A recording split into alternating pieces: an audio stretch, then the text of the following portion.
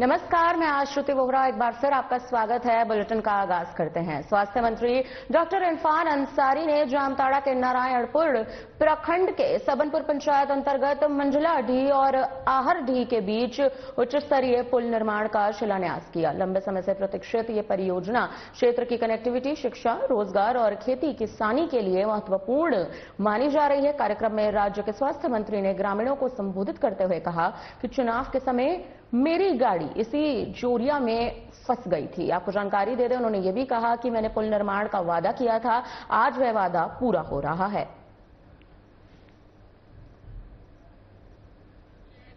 आज जामताड़ा जिला की आज ऐतिहासिक दिन है। आज देख सकते हैं जन सैलाब गवाह है इरफान अंसारी। हमको सर्टिफिकेट देना होगा क्या, बताइए। जब तक कैसे पागलों की तरह इरफान अंसारी को चाहती है, देख लीजिए आप। क्या हिंदू, क्या मुस्लिम, क्या दलित, क्या आदिवासी, क्या ओबीसी, हमारा सारे वर्ग यहाँ हैं। यही मेरी पूंजी है। मैं काम से लोगों के दिलों में जगह बनाया हूँ। आज आप देखिए, शिमला से लतार के महत्वपूर्ण पुल था। जब है चुनाव जीता था पहली बार, मेरी गाड़ी फंस गई थी। बहुत टेक्निकल बातें था यहाँ। रांची में अंतर्राष्ट्रीय मानवाधिकार दिवस पर झारखंड जन अधिकार महासभा ने प्रेस वार्ता की। सभा के सदस्यों ने आरोप लगाया कि मौजूदा सरकार में पुलिसिया दमन और फर्जी मुठभेड़ों के मामले बढ़ चुके हैं।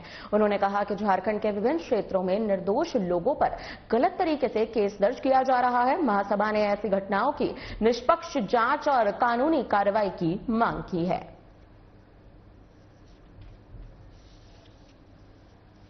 लोग ये पूरा जो महीना है अंतर्राष्ट्रीय मानवाधिकार दिवस के रूप में शुरू हो गया है, समझिए। तो हम लोग अंतर्राष्ट्रीय मानवाधिकार दिवस के उपलक्ष्य में ही आज का जो ये प्रेस कॉन्फ्रेंस है झारखंड जन अधिकार महासभा की ओर से सभी का स्वागत है। और झारखंड जन अधिकार महासभा, जैसे कि आप लोग जानते ही होंगे कि ये करीब 35 संगठनों का एक संगठन है, जन संगठनों के एक संगठन है। और ये मुख्यतः लोकतांत्रिक अधिकारों को लेके, डेमोक्रेटिक राइट्स को लेके काम करती है। और ये पिछले साल भर में कई फैक्ट फाइंडिंग किए हमारे टीम के लोगों ने। तो उन्हीं सभी जो एक तरह से देखा जाए मानवाधिकार का उल्लंघन के ज्यादातर मामले जो रहे हैं, उन सभी को एक तरह से समेकित करके आज का ये प्रेस कॉन्फ्रेंस हो रहा है। आज हम लोग हमारे परिचय में बताया कि आज मानवाधिकार दिवस के उपलक्ष्य में हम लोग ये कार्यक्रम आयोजन किए हैं। आज जो झारखंड के विभिन्न कोने में जो मानवाधिकार का हनन हो रहा है, जिस तरह आप लोगों ने गोड्डा में जो आप लोग देखे सूर्य नारायण हाजरा जी का, वो एक सामाजिक कार्यकर्ता थे और लोगों का हित के लिए लड़ाई लड़ते थे। वहाँ का जो कंपनी है उनके साथ लड़ाई लड़ते थे। उनका बहुत सारे केसेस है, लेकिन वो माओवादी नहीं थे। ऐसा लोगों को पकड़ करके एक दिन पहले उसको हिरासत में लेते हैं, दूसरा दिन बोलता है कि नहीं मुठभेड़ में मारा गया। तो इस तरह करके घटना आए दिन होते रहता है। इसलिए हम लोग सरकार से हम लोग मांग करते हैं, जिस तरह से हम लोग वहाँ देखे, हम लोग सरकार ये फर्जी मुठभेड़ के नाम से आदिवासियों को खत्म किया जा रहा है, उसको कैसे आदिवासियों को संरक्षित किया जाए, इस पर विशेष करके हम लोग ये राज्य सरकार और केंद्र सरकार दोनों से हम लोग मांग करते हैं। साहेबगंज में पशुपालन की 3 बीघा 1 कट्ठा 7 धुर जमीन को कब्जा मुक्त करने का काम जारी है, जहां उपायुक्त के निर्देशानुसार अतिक्रमित जमीन की नापी की गई है और चूना लगाकर बाउंड्री वॉल के निर्माण के निर्देश भी दिए गए हैं। कलेक्टर ने बताया कि जल्द ही पशुओं का रखरखाव इलाज शुरू कर दिया जाएगा।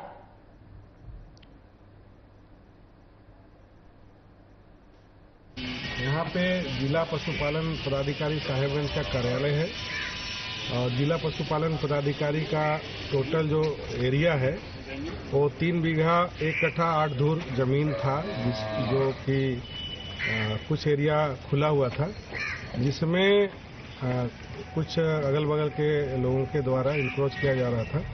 तो उपायुक्त महोदय के आदेश से हम लोग इसको जांच करने आए और इसका जो भी एरिया है उसका सीमांकन करवाया गया।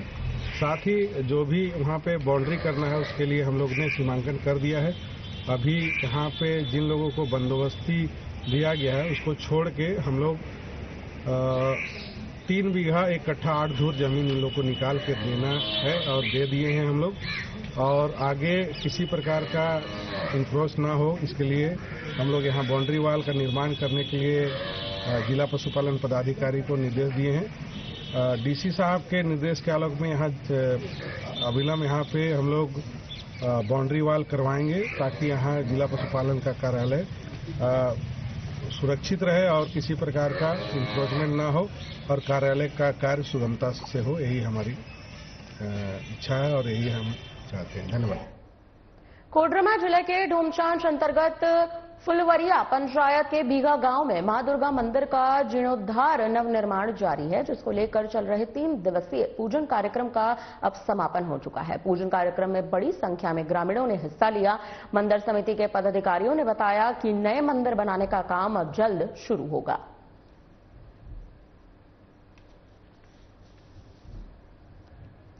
आपको जानकारी दे दें कि मां दुर्गा मंदिर का जीर्णोद्धार नवनिर्माण का कार्य यहां पर शुरू हो चुका है। मां दुर्गा मंदिर में भव्य पूजन, सैकड़ों श्रद्धालुओं ने भाग लिया है। खबर कोडरमा से सामने आ रही है। आपको जानकारी दे दें, कोडरमा जिले के डोमचांच अंतर्गत फुलवरिया पंचायत के बीघा गांव में मां दुर्गा मंदिर का जीर्णोद्धार नवनिर्माण जारी है। इसको लेकर 3 दिवसीय पूजन कार्यक्रम का समापन हो चुका है। पूजन कार्यक्रम में बड़ी संख्या में ग्रामीणों ने हिस्सा लिया, श्रद्धालुओं ने हिस्सा लिया। आप तस्वीरें देख सकते हैं किस तरह से श्रद्धालुओं की भीड़ मंदिर परिसर में उमड़ती नजर आई। मंदिर समिति के पदाधिकारियों ने जानकारी दी है कि नई मंदिर बनाने का काम अब जल्द ही शुरू हो जाएगा। पंडित जी के नियम के अनुसार पूजा अर्चना किए और माता रानी को वहां से उठाकर यहाँ के शिव मंदिर में रखे हैं। और हम लोग का एगो सपना है पूरा बीघा का और फुलवरिया पंचायत ग्राम बीघा का कि हम लोग बहुत अच्छे से बहुत भव्य मंदिर बनाएंगे, ये हम लोग सपना रखे हैं। प्रधान बिल्कुल कृषि पर ही आधारित है और जो हमारा जो मंदिर है वह हमारे बुजुर्गों ने 60 के दशक में ही इसकी स्थापना की थी। वह बिल्कुल जीर्ण शीर्ण अवस्था में पहुंच गया। तो सभी लोगों के मन में आया कि नहीं, इसका भव्य और सुंदर इसको बनाया जाए। इसलिए हम लोग 3 दिन से लगे हुए हैं। इसमें भक्ति की गंगा का बहार बहा हुआ है। सभी लोग उसमें आनंदमय से लेकर के और हम लोग यहाँ तक संपन्न। अपने गांव के सभी देवी देवता को हृदय से प्रणाम करता हूं और अपने अपने पूर्वजों को, माता पिता को हृदय से प्रणाम करते हुए मैं यह बताना चाहता हूं कि बीघा गांव फुलवरिया पंचायत अंतर्गत एक गांव है जो कृषि प्रधान क्षेत्र, कृषि प्रधान गांव के रूप में जाने जाते हैं। बावजूद 3 दिनों के अंदर पूरे ग्राम के वासी सभी माताएं, पुरुष एवं बच्चे ने बिल्कुल शांतिपूर्वक, बिल्कुल साफ सफाई में रहते हुए, हमारे गार्जियनों ने 1968 और 70 के बीच इनका निर्माण शुरू किए थे। परिस्थिति बस धीरे धीरे कार्य पूरा हुआ, जो कि पुराना मॉडल से था और बहुत जगह पानी लीक कर रहा था, मंदिर में पानी चू रहा था और यह सफेद गिट्टी से बना हुआ था। लोगों के मन में, गांव के मन में यह भाव जगी, खास करके युवा वर्गों का, कि नहीं, मंदिर को पुनः बनाना चाहिए। सर, आज तो मां को उठाया गया है। प्रयास में हम लोग हैं कि परसों से यानी कि शुक्रवार से ही हम लोग काम प्रारंभ करने के पक्ष में हैं।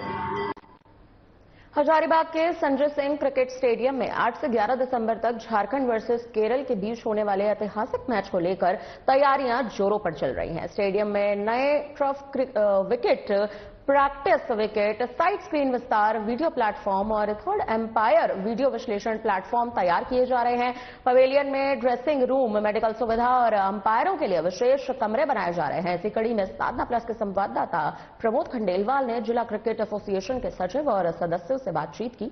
सुनिए आखिर उन्होंने क्या कुछ कहा। झारखंड के हजारीबाग की बात कर रहे हैं और पहली बार ऐसा मौका हजारीबाग को बीसीसीआई ने मेजबानी करने का दिया है कि 8 दिसंबर से 11 दिसंबर तक 4 दिनों का मैच झारखंड और केरला के बीच हजारीबाग के Wells ground Sanjay Singh stadium में खेला जाएगा। कैसी क्या तैयारियां हो रही है, हमारे साथ हजारीबाग क्रिकेट एसोसिएशन के सचिव बंटी जी है। पहले बंटी जी से बात करना चाहेंगे। बंटी जी, सबसे पहले तो साधना प्लस न्यूज की पूरी टीम की तरफ से ढेर सारी शुभकामनाएं, बधाइयां आगामी मैचों के लिए, व्यवस्थाओं की कैसी क्या तैयारियां चल रही है? 2016 से हम लोग इस ग्राउंड को तैयार करने में हम लोग के जो अध्यक्ष महोदय हैं, जो अभी सांसद मनीष भैया, बहुत प्रयास के बाद पहला दिन से टारगेट था कि इस मैदान को इतने ढंग से बनाना है कि यहाँ पर एक राज्य स्तरीय बोर्ड मैच हम लोग ले सके। उस साल दर साल काम करते करते यहाँ तक हम लोग आज पहुंचे हैं और हम लोग को एक सिंगल विजिट में बीसीसीआई का हम लोग को क्लियरेंस मिल गया और मैच 8 तारीख से 11 तक है। इसमें आपको बेसिकली आप ग्राउंड देख रहे हैं, जो भी साइड स्क्रीन है, डगआउट है और पेवेलियन का काम है, सब हम लोग कंप्लीट कर चुके हैं।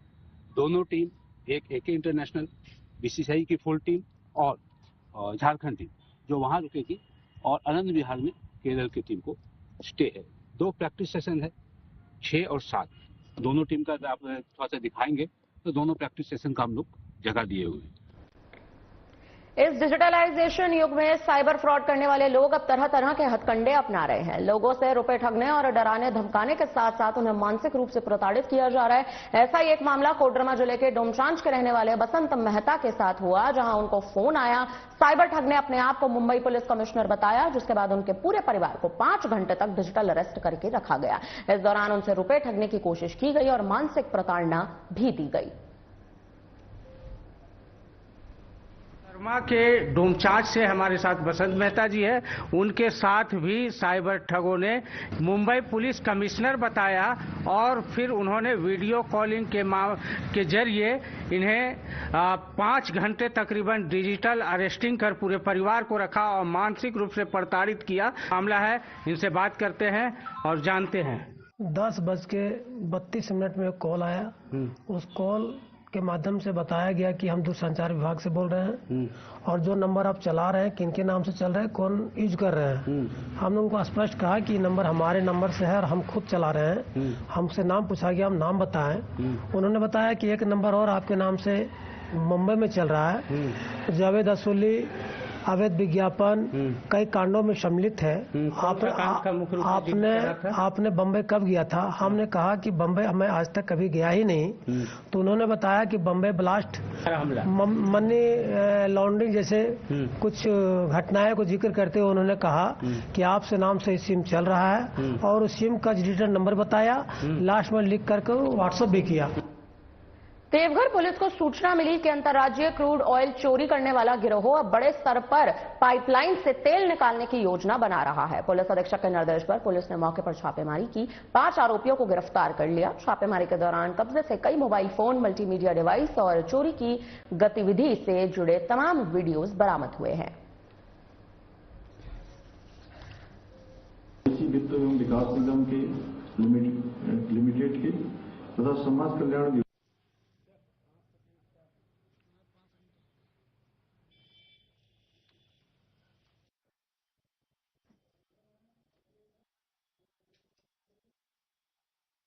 बोकारो पुलिस ने क्राइम कंट्रोल के तहत चलाए जा रहे अभियान में 3 शातिर चोर दबोच लिए हैं। पुलिस अधीक्षक ने जानकारी देते हुए बताया कि पेट्रोलिंग के दौरान पुलिस ने 3 बाइक सवार को पकड़ा। ये चोर लूटपाट की घटना को अंजाम दिया करते थे।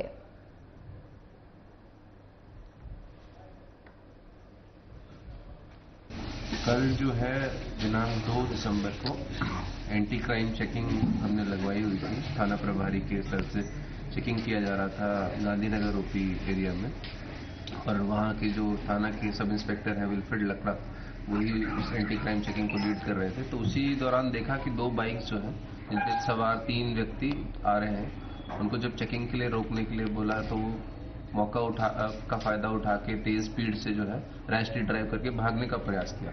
तो वहाँ पर उपस्थित पदाधिकारी और जो हमारा बल था उसके सहयोग से उसको रोका गया। रोकने के बाद जब उनसे पूछताछ किया और उनकी जब तलाशी ली गई तो उनके पास से जो है उन्होंने बताया, उन्होंने कन्फेस किया कि हाँ हम जो है क्यों भागे, क्योंकि हम चोरी का सामान जो है लेकर भाग रहे थे। ये बाइक जो है चोरी की हैं और हम लोग जो है क्या करते हैं, ये लोग नंबर प्लेट अलग अलग लगा के बाइक्स में, ताकि पता न चले कि कौन सी बाइक से आए हैं और कौन सी से गए हैं। तो ये जाके जो लोग जैसे ज्वेलरी की दुकान सुबह खोलने के लिए सामान लेके आते हैं अपने घर से, ज्वेलरी की दुकान खोलने से पहले, या बैंक से कैश निकाल के निकल रहे हैं, उस तरह के लोग, तो उस तरह के लोगों को ये तुरंत जो है मौके का फायदा उठा के झपट्टा मार के और सामान लेके भाग जाते हैं। देवघर के सरवा थाना क्षेत्र अंतर्गत दलदली में बड़ा हादसा होते होते टल गया। दरअसल ई रिक्शा अनियंत्रित हो गया, रास्ते में पलट गया, जिससे ई रिक्शा में सवार सभी लोग गंभीर रूप से घायल हो गए। स्थानीय लोगों की ओर से सभी घायलों को अस्पताल में भर्ती करा दिया गया है।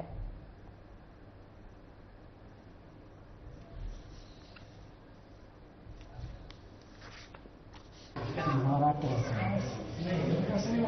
अच्छा, टोटल कैसे पलट गया? गाड़ी साइड कर रहा तो गड्ढा में गिरा दी। कहाँ पर, कौन जगह? दिल्ली से के आगे है घर। आपका घर कहाँ हुआ? जी जी। आपका नाम? दिनेश नाम। कहाँ जा रहे थे? अपना घर महाराष्ट्र से। अच्छा, टोटल कैसे?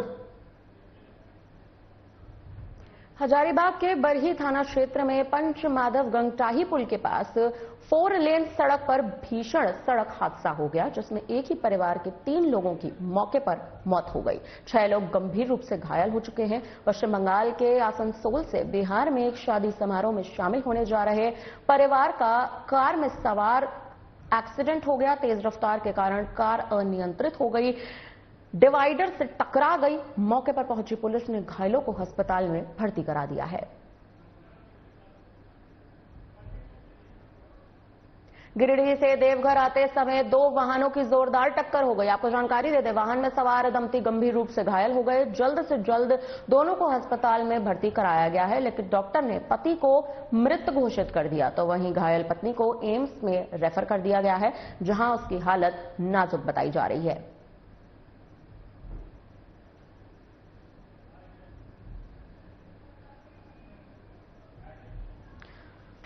आपको जानकारी दे दें, गिरिडीह से देवघर आते समय यह सड़क हादसा हुआ। 2 वाहनों की जोरदार टक्कर हुई है। हादसे में एक की मौत हो चुकी है, एक व्यक्ति घायल बताया जा रहा है। घायल का अस्पताल में इलाज लगातार जारी है। आपको जानकारी दे दें, बताते चलें कि गिरिडीह से देवघर आते समय 2 वाहनों की जोरदार टक्कर हुई है। वाहन में सवार दंपति गंभीर रूप से घायल हो चुकी है। जल्द से जल्द दोनों को अस्पताल में भर्ती करा दिया गया है, लेकिन डॉक्टर ने पति को मृत घोषित कर दिया। घायल पत्नी को एम्स में रेफर कर दिया गया है, उसकी हालत नाजुक बताई गई है। गिरिडीह से देवघर आते समय यह सड़क हादसा हुआ। आपको जानकारी दे दें, 2 वाहनों की जोरदार टक्कर हुई है। हादसे में एक की मौत हो चुकी है, एक घायल बताए जा रहे हैं। घायल का अस्पताल में इलाज जारी है। आप तस्वीर देख सकते हैं कि किस तरह से ये जो पूरा हादसा है ये घटित हुआ है। गिरिडीह से देवघर जाते समय ये सड़क हादसा हुआ। 2 वाहनों की जोरदार टक्कर हुई। हादसे में एक की मौत हो गई है, एक घायल बताया जा रहा है। घायल का अस्पताल में इलाज जारी है। पत्नी को एम्स में रेफर कर दिया गया है, उसकी हालत नाजुक बताई गई है। आपको जानकारी दे दें, गिरिडीह से देवघर आते समय यह हादसा घटित हुआ। यह हादसा इतना गंभीर रूप ले गया कि घायल को अस्पताल में एडमिट करवाना पड़ा, एम्स रेफर करना पड़ा। पति को मृत घोषित कर दिया गया है। घायल पत्नी को एम्स में रेफर कर दिया गया है। घायल का अस्पताल में इलाज लगातार जारी है। हालत नाजुक बताई जा रही है। खबर गिरिडीह से सामने आ रही है।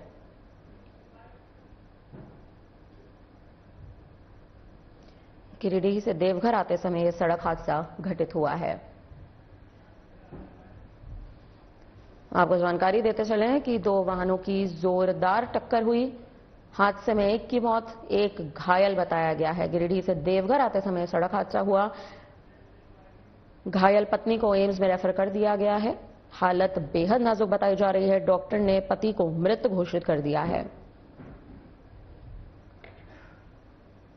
वाहन में सवार दंपति गंभीर रूप से घायल है।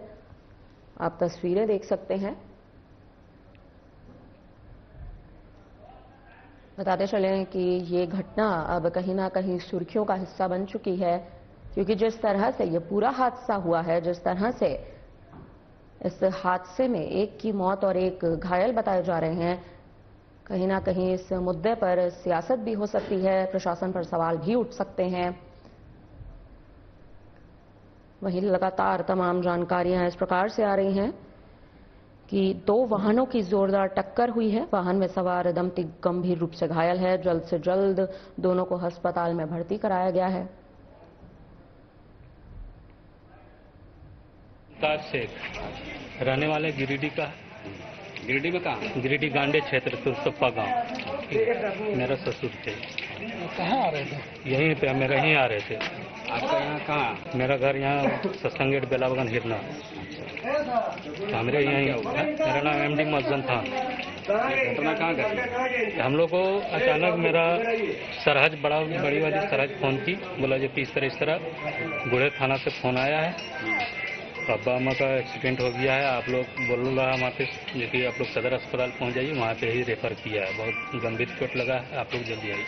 अम्मा का गुड़े थाना के अंतर्गत सरपत्ता में ये घटना घटी है और 4 व्हीलर के साथ जो है ये घटी है, जिसमें अभी जो लाए हैं और एक उनके साथ एक महिला थी, उनको 108 वाला उठा करके ले गया, एम्स में ले गया, अब यहाँ लाया। और एक की अब इनको जब तक कंफर्म नहीं होगा, डॉक्टर साहब नहीं जब तक घोषित करते हैं तो हम कैसे कर सकते? मैंने घायल अवस्था में लाया। घायल अवस्था में उसको उठाया। शुभ नाम क्या है? धर्मेंद्र कुमार एएसआई गुड़े थाना। ये रहने वाले का क्या डिटेल है? ये अभी गिरिडीह गांडे क्षेत्र। ठीक। ऐसे तो सनातन धर्म के अनुसार पिता को अग्नि उसके बड़े पुत्र ही देते आए हैं। साथ ही आपने ये भी सुना होगा कि बेटी की ओर से पिता को अग्नि दी गई, लेकिन अब एक मामला ऐसा सामने आ चुका है कि बहू ने अपने ससुर को अग्नि दी है। जी हां, दोनों बेटे होने के बावजूद भी बहू ने बेटी होने का फर्ज निभाया, अपने ससुर का अंतिम संस्कार किया। बीमारी के चलते 85 साल के व्यक्ति की मौत हो गई, लेकिन किसी कारणवश परिवार से कोई भी अंतिम संस्कार के लिए नहीं पहुंचा, तो वहीं बहू ने मौजूद होकर अपने ससुर को आखिरी विदाई दी, अपने ससुर का अंतिम संस्कार किया। आपको जानकारी देते चलें कि बहू ने यहां पर ससुर का अंतिम संस्कार किया है। सनातन धर्म के अनुसार अगर देखा जाए तो हमेशा पिता को अग्नि उसके बड़े पुत्र देते हैं, लेकिन यहां पर एक नया मामला सामने आया है। बहू ने बेटी होने का फर्ज निभाया, अपने ससुर का अंतिम संस्कार किया। आप तस्वीरें देख सकते हैं, आप वीडियोस देख सकते हैं। बीमारी के चलते 88 साल के व्यक्ति की मौत हो गई, लेकिन किसी कारणवश परिवार से कोई भी अंतिम संस्कार के लिए नहीं पहुंच सका, तो बहू ने अपना फर्ज निभाया, अपना अधिकार निभाया, बेटी होने का अधिकार निभाया और अपने ससुर को आखिरी विदाई दी। में डेथ हुआ था। उसके बाद उस समय इनके बड़े भाई दाह संस्कार नहीं किए, इनके पिताजी किए थे, और आज जो है सो इनका बड़ा बेटा मना कर दिया कि नहीं हम करेंगे। तो उसी में हम छोटे बेटे का पत्नी है, तो स्वाभाविक है कि ये कर्तव्य हम ही को करना है, और हम ये कर्तव्य शादी के बाद से ही साथ में रह के और आज तक करते आए हैं। मेरी 2 बेटी है, तो बाहर है, और आपका बेटा भी तो होगा ना? नहीं, बेटा नहीं है, 2 बेटी। अच्छा, क्या रीजन रहा जो बड़ा बेटा नहीं आग देना चाहते हैं? पारिवारिक मामला था ये झगड़ा? वो कभी मतलब 1998 से जो है सो घर में साथ में नहीं रह रहे थे। फिलहाल अब खबरों में इतना ही, बढ़ते हैं कुछ अहम सुर्खियों की ओर।